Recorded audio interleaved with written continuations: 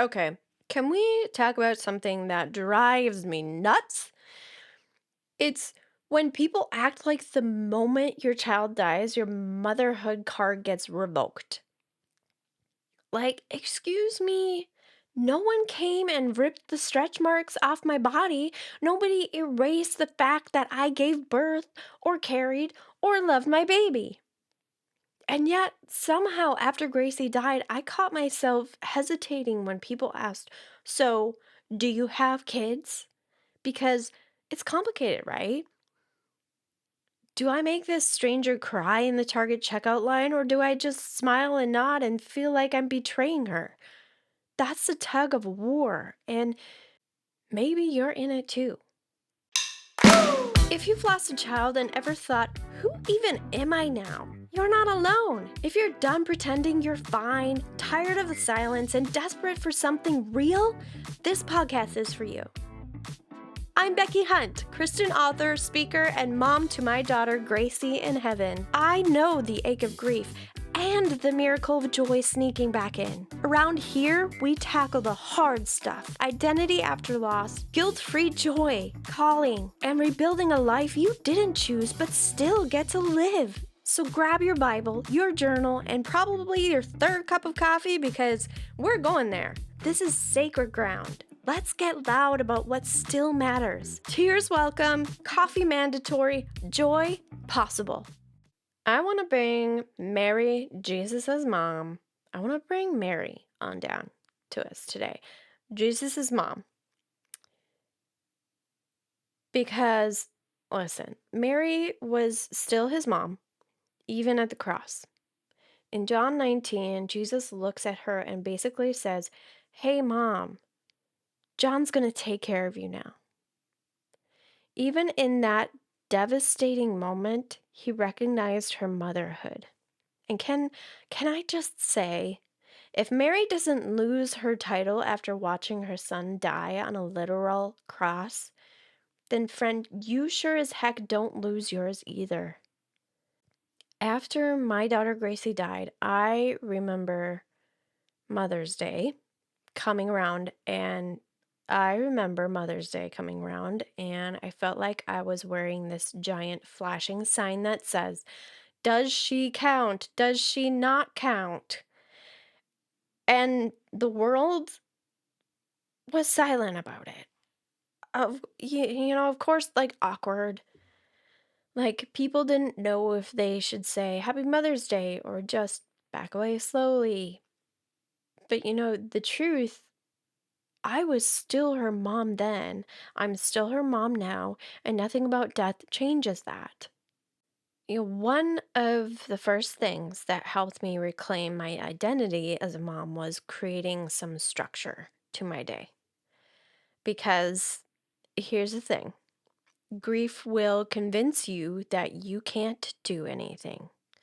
And while rest is a point, and while rest is important, having even a tiny schedule like I'll make my coffee at 9, I'll go for a walk at 2, I'll light a candle for my baby at 7, that stuff grounds you. And it reminds you that life has rhythm again, and it makes space for both grief and joy. I remember in the days, even weeks, months following my daughter's funeral, I remembered waking up in the morning and thinking, oh crap, another day, and I can't go to hospital to hang out with my kid all day. I'm supposed to be there, and I'm supposed to be doing this, I'm supposed to be doing that, and I can't because she's not here.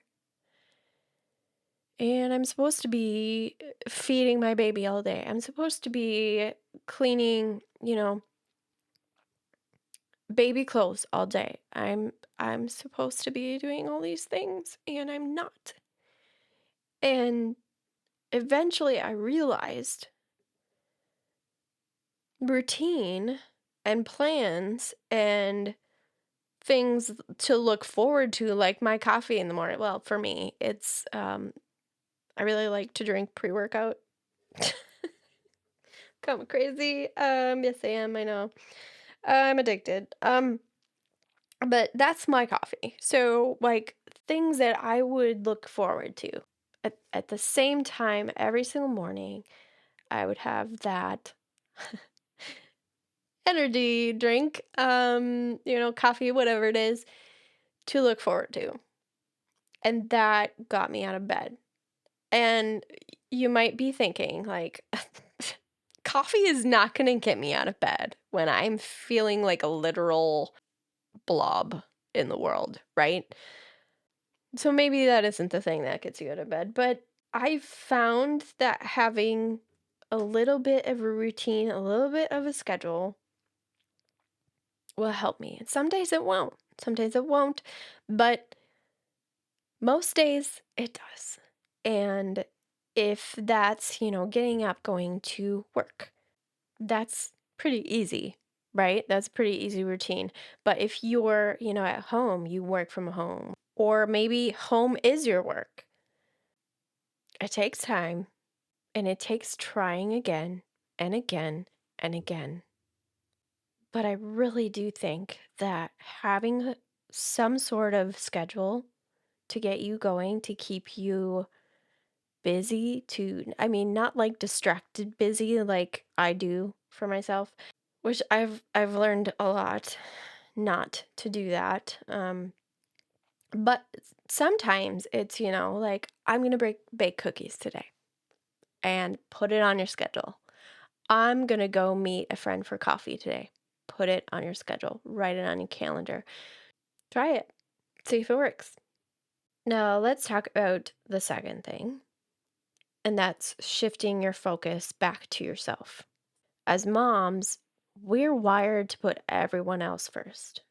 But after loss, that often turns into us neglecting ourselves completely. Here's what I want you to try: do something that makes you smile. It doesn't have to be big.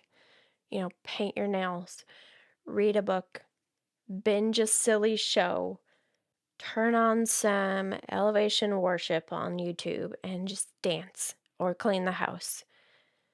Surround yourself with people who lift you up. If someone makes you feel small or judged, take a step back. It's okay. Your circle doesn't have to be big, it just has to be safe. Philippians 4:8 says to think on what is true, noble, right, pure, lovely, and admirable. That's not just about thoughts, it's about people too. Who are you surrounding yourself with? If somebody doesn't fill you up right now, maybe you just need to say no to them. Maybe you need to ignore their texts for a while. It's okay. That's part of taking care of you. Okay? Hey, friend, real quick before we jump back into the episode, did you know you can read the first chapter of my memoir, Joy Does Return, right now? Totally free. Yep, it's raw, it's honest, and it's probably not what you're expecting from a book about grief.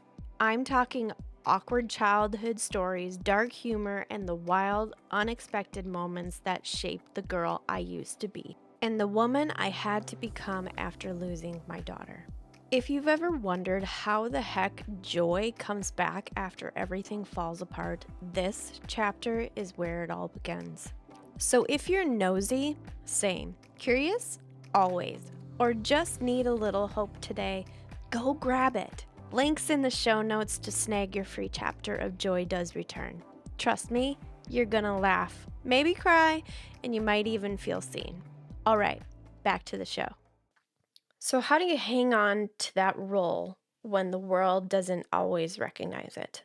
Let me give you two things that helped me. Number one, bring them into your everyday life. If you make tacos on Tuesday, say, Gracie would have loved this. Or in my case, she probably would have thrown it on the floor because babies. It's not weird, it's motherhood. Number two, anchor yourself in what God says. Psalm 127:3 says, children are a gift from the Lord, period. I got this wrong for so long. God doesn't take back his gifts ever.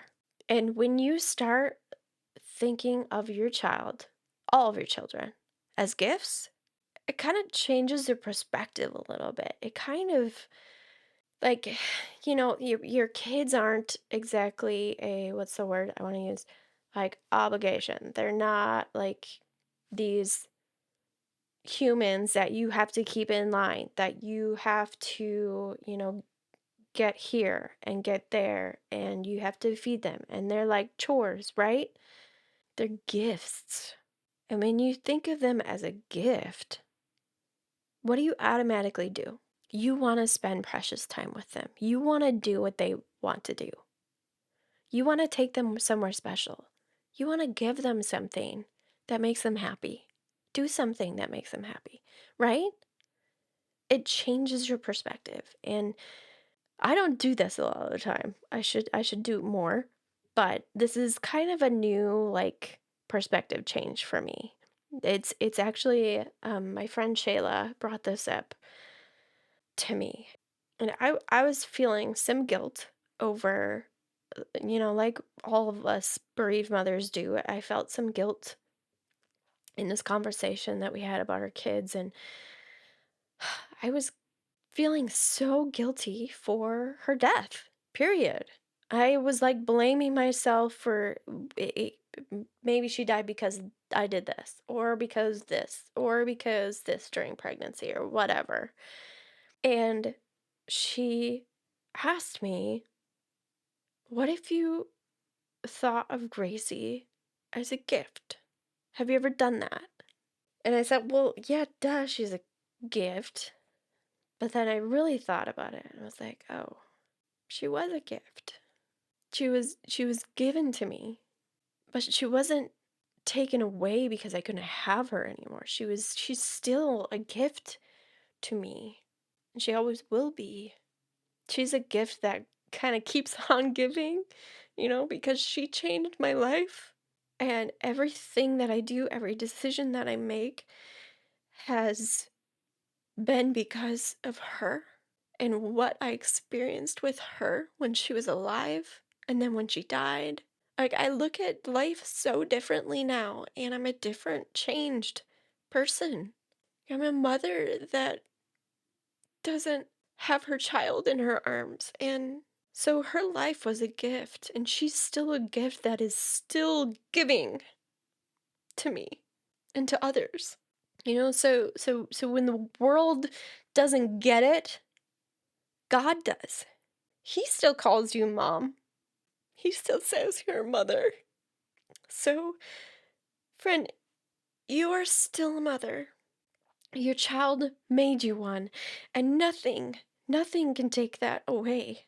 Try building some rhythms into your day. Try surrounding yourself with what makes you feel alive again.